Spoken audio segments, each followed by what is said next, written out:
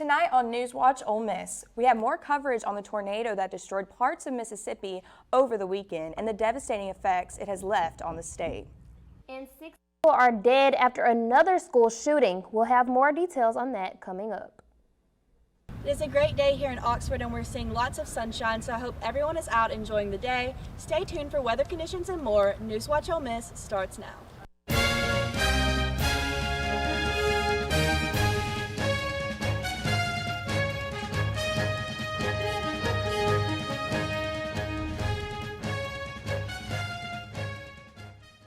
Good evening and thank you for joining us on NewsWatch Ole Miss. I'm Verlecia Gavin. And I'm Julieanna Jackson. Tonight we have two top stories for you. A Nashville community has been devastated after an elementary school shooting.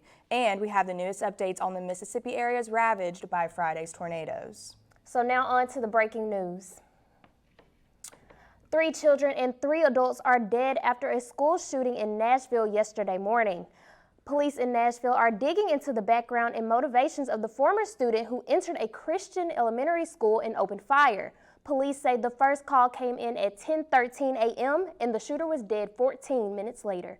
Reporter Ivan Rodriguez is in Nashville with the latest. Another community in mourning. I don't know how somebody could go through with doing something like that, and especially children. As new details emerge about the 6 people killed in a shooting at the Covenant School in Nashville, Tennessee. The 3 9-year-olds who were killed, Evelyn Dickhouse, William Kinney, Hallie Scruggs. Also killed 60-year-old Catherine Kuntz, who according to the school's website was the head of the school. 61-year-old Mike Hill, who was a custodian there, according to police, and 61-year-old Cynthia Peak, who was a substitute teacher, according to police. I have no words. Metro Nashville police releasing more than 2 minutes of surveillance video showing the moments the shooter, identified as 28-year-old Audrey Hale, who they say was transgender, arrived on campus and opened fire on an entrance. Police say the former student executed a planned and targeted attack. We have a manifesto, we have some writings that we're going over that pertain to this day, the actual incident. Police say the shooter had 3 weapons, an AR-style rifle, an AR-style pistol, and a handgun. At least 2 of those weapons obtained legally. In Nashville, Tennessee, I'm Ivan Rodriguez. After hearing of this devastating news, I feel like this is something that we have been seeing more and more recently, but for such violence to be directed towards such young children. Yes, I just can't imagine losing someone like that. My heart truly goes out to those parents and the families of those victims. Yes. And residents in Mississippi experienced their own tragedy after Friday's deadly tornado, and the road to recovery is a long one. 8,000 Mississippians remain without power tonight in communities directly in the storm path. Crews from across the state have been working night and day to get power to people's homes in all of the tornado-ravaged areas. In Issaquena and Montgomery counties, nearly 100% of people have no power at all. Officials say it could take weeks to restore power to everyone who needs it. And one of the towns that was in the storm's path was the Carroll County community of Black Hawk, just outside of Winona. There, a man from the coast traveled to his childhood home to see the extensive damage and a schoolhouse that served as a community center for the obliterated. Reporter Laurel Wynn traveled to the town to understand the impact of this devastation. Oh no. It's 1986. It's old. Spencer Wiltshire got to his childhood home in Black Hawk as soon as he could. He knew his dad was okay, but he was shook at the thought of what could have happened. It's just scary to think that, I've had to deal with the fact that my dad's older my entire life and he could leave at any moment, but this right here puts it in the reality of anything can happen at any given moment.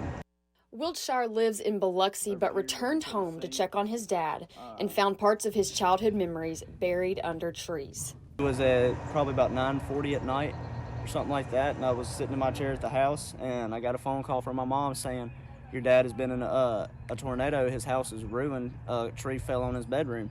We didn't know that all of this had happened at all. His father's home sits just down the road from another source of great loss. This one, however, affects the whole community of Black Hawk. I'm here in Black Hawk, Mississippi, standing on the foundation of what used to be a schoolhouse that residents say was here for nearly 100 years. And I talked to some people who were here remembering this special community place. This schoolhouse was a place where they held weddings and birthday parties. They would come together to hear local singers and musicians. It was a place of celebration for them. The schoolhouse served as a community center for Black Hawk, and it was run by the local Homemakers Club, which Rhonda Mitchell is a member of. In the 60s, I know we had here, as we started, the Blackout Homemakers Club took it over. The county kind of deeded it to us, and we have taken care of it basically all that time. The building was the center for cultural life in town, and residents like Mitchell are grieving the loss of this special place. It's going to be a loss to our community for right now, you know, till we decide what to do. But it's heartbreaking, because I guess for the fact that I know my mom and my dad passed away last year, and this would have really hurt him, you know. Black Hawk and its residents are now looking towards recovery from this disaster. Laurel Wynn, NewsWatch Ole Miss. If you are in or near Carroll County, here are some drop-off locations for food and water. And if you can set up a monetary donation with the Bank of Commerce North Carrollton, or call them at 662-237-9272. Williams and the Schoolhouse Community Center are just a few that are still reeling from the tornado's destruction. Across the street from that community center is the Black Hawk Independent Church, which has also served the community for decades. Friday's storm wiped out the church and the parsonage. Former pastor Ricky Reese and his wife drove up from the coast to help comfort his former parishioners. So many people just have a special place in their hearts for churches like this. One of my good friends, and he came out of this church, and he's a pastor in around the Tupelo area now. And it just devastated him. He grew up in this church, came to know the Lord in his church, got married in his church, and his parents are still here and are members of this church. And those people, it just really means a lot to. And, you know, families, generations of families have gone to church here. And so it's an old church with lots and lots of history.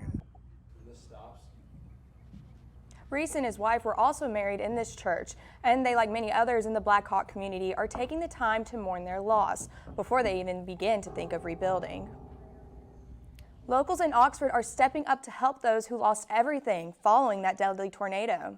Toiletry products and basic food items in particular are in extreme need. The city of Oxford is accepting donations and collecting those items for the communities of Amory and Rolling Fork. Oxford is asking for donations of water, flashlights, blankets, batteries, work gloves, and canned goods. These supplies can be dropped off at Fire Station 1 on McElroy Drive. Coming up, the man accused of murdering Jimmy J. Lee had his second day in court for his indictment today. And a Mississippi man was shot and killed on Facebook Live. More ahead on NewsWatch. Welcome back to NewsWatch Ole Miss. This morning, Timothy Harrington, the man accused of murdering Ole Miss student Jimmy J. Lee, had his second day in court for his indictment. And outside the Lafayette County Courthouse, protesters stood outside all day today and yesterday, yelling and holding signs saying hashtag Justice for J. Lee. Lee has been missing for over 250 days, and little information has been released regarding police efforts to close this case. But there is a social media campaign that helps to organize these protests and make sure this case is not forgotten about. An Oxford man has been arrested for attempted burglary. Last Wednesday, 28-year-old Jacob Montana Hunt was arrested after Oxford Police Department received a call around 8:33 a.m. from an eyewitness who saw Hunt breaking in. Police immediately arrived at the scene to take Hunt into custody. Hunt's bond was set at $2,500 but has been placed on a hold by the Mississippi Department of Corrections. In Corinth, 2 people are charged for the death of a 2-month-old baby. On Thursday, police were called to the apartment of Brittany Lynn Williams and James Trenton Settlemyers on Proper Street, where they found the 2-month-old unresponsive and not breathing. They began CPR until the ambulance arrived. The baby was then taken to the hospital, where he was pronounced dead. 2 other small children were in the home at the time of the death, and detectives found narcotics around the home as well. Williams and Settlemyers are charged with 3 counts of child abuse, endangerment, and possession of methamphetamine. Does this image look familiar? It's from a video of daycare workers intentionally scaring children that went viral last year. And after their indictment, the 4 daycare workers who were arrested because of this video will not be facing any felony charges. The video allegedly features Sierra McCandles, Oceana Kilburn, Jennifer Newman, and Cheyenne Shelton wearing Halloween masks to frighten the kids at Little Blessings Child Care and Learning Center in Hamilton, Mississippi. Each suspect was initially charged with 3 counts of felony child abuse, but will now only face misdemeanor charges. A Mississippi woman shot and killed a 28-year-old man on Facebook Live. Khadijah Michelle Brown, also 28, was arrested by Lowndes County deputies a little before 8 a.m. this past Saturday. According to deputies, Brown and the man who was killed had a history of domestic violence. Prior to the shooting, Brown and the victim were in a heated argument before it escalated into a physical altercation. The young man was pronounced dead at the scene, and Brown is being held in Lowndes County Adult Detention Center. This incident is still under investigation. Shelby County's District Attorney Steve Milroy is seeking the death penalty against Ezekiel Kelly, the man accused of going on a deadly shooting rampage across the Memphis area last September. Kelly is currently incarcerated at the Shelby County Jail, facing 28 charges for allegedly killing 3 people and injuring several others during the shooting. During the announcement from the DA's office on their decision to pursue the death penalty, the group, Just City, took to social media to speak out against the decision, saying the DA should look at more humane and effective sentences. However, the DA's office has been in contact with the families of the victims, and they are aware of the decision and reportedly have no problem with it.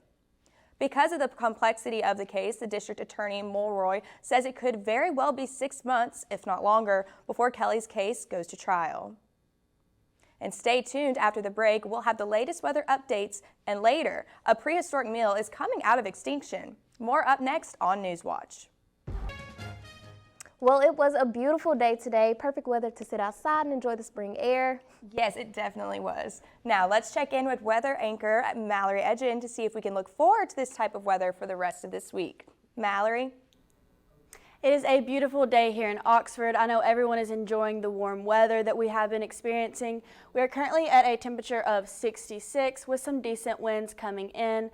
And then looking at our region, it looks like we are seeing much of the same thing, with all of our temperatures falling in the low 60s to the high 60s, and Tupelo topping us out at a temperature of 67. Going into tonight, we are going to see our temperature drop down quite a bit, and we do have some winds coming in from the north. So if you do plan on going out, make sure to bring that jacket. And then going into tomorrow, it looks like it's going to stay the same as today, with lots of sunshine and our winds staying light. So it does look like it will be another great day to be outside. And then looking at our region for tomorrow, once again, we are seeing a lot of the same things, with Tupelo topping us out at a temperature of 68. And then on Friday, we are going to see some rain showers in the morning, and then some thunderstorms developing in the afternoon, and also a potential for severe thunderstorms later in the evening. As you can see on this map, we are in the orange area, which means it is going to be more persistent and widespread in our area. So make sure you are staying safe and also staying updating on this as we go along with our week.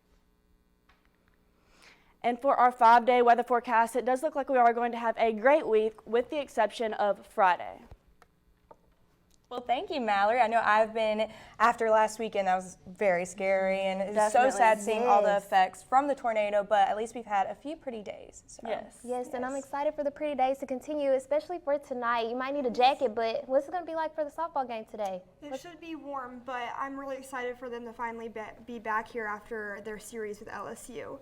But but coming up more in sports, the baseball team takes on Southern Miss today in a matchup of last year's Super Regional, and the softball team is also in action today against Memphis. I'll have that and more up next in sports.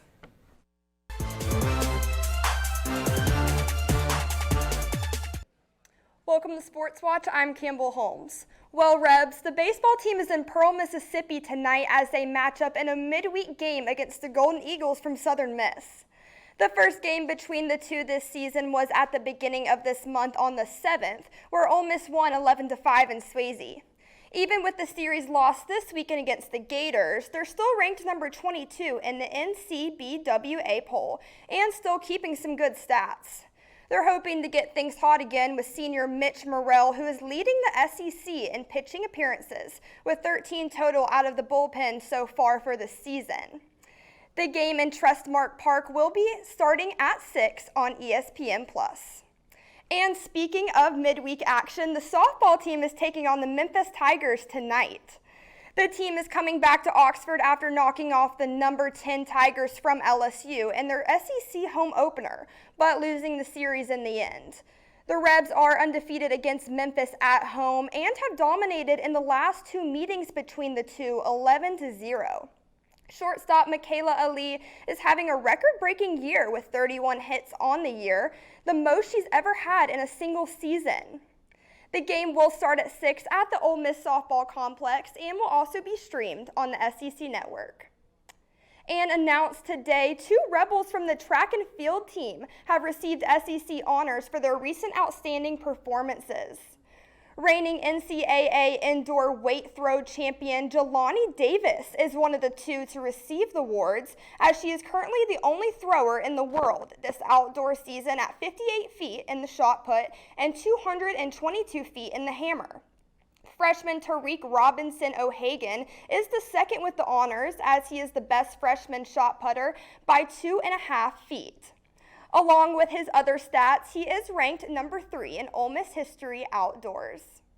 And with spring drills in full swing for the football team, fans are invited to 2 open practices on April 1st and 8th. Practices will be in the Vaught Hemingway Stadium, and both will start that morning around 10:45. Fans attending the practices are being asked to park in the pavilion garage and enter the stadium through gate 33 in the southwest corner.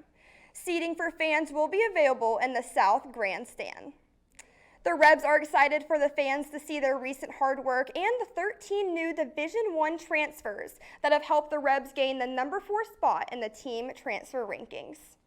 And that's all I've got for sports, so be sure to tune in to Rebel Watch on Fridays at 5 for coverage on Ole Miss sports and beyond. NewsWatch Ole Miss will be right back. It is a great day to be outside here in Oxford. I'm sure you can all tell. And we are going to be experiencing more nice weather throughout this week. Starting tomorrow, we have a high of 66 and a low of 41. And then going into Thursday, we have a high of 75. So we're going to have a warm day on Thursday.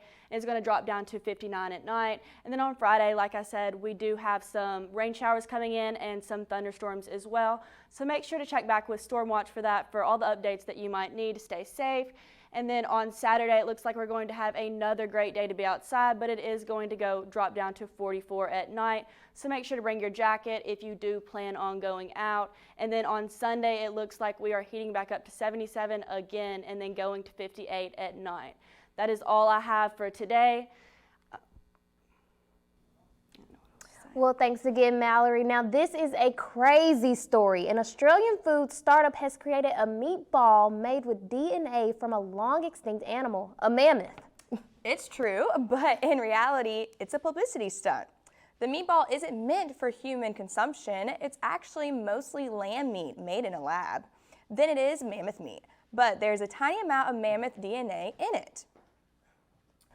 Woolly mammoths are thought to have gone extinct about 5,000 years ago. Their frozen carcasses have been found so well preserved in Arctic permafrost that they still had blood in their veins when discovered. Scientists have since sequenced the mammoth genome and learned details about their lives. Australian cultured meat startup Vow used some of that information to grow an approximation of mammoth meat in a lab. The project's goal, according to the company, is to raise awareness of the potential of cultured meat to make eating habits more planet-friendly. Well, I'm certainly glad they put the disclaimer out there that this is not meant for human consumption. Yes, I know. I know, and I've never even heard about like using mammoths. I know. Meat for That's insane. crazy. Right? Definitely a crazy idea. Yeah. And the next, like, I feel like in the next few decades, I don't know what kind of meat might be out there, but it's going to be interesting to see. Let's see. Right, just be careful what you eat, folks. Yeah. Well, that's all we've got for tonight from NewsWatch Ole Miss. I'm Julieanna Jackson. And I'm Verlecia Gavin. With Sports Watch, I'm Campbell Holmes. And with Stormwatch, I'm Mallory Edgen. Be sure to keep up with us on social media, and we will see you again tomorrow at 5. Thank you for joining us. Have a great night.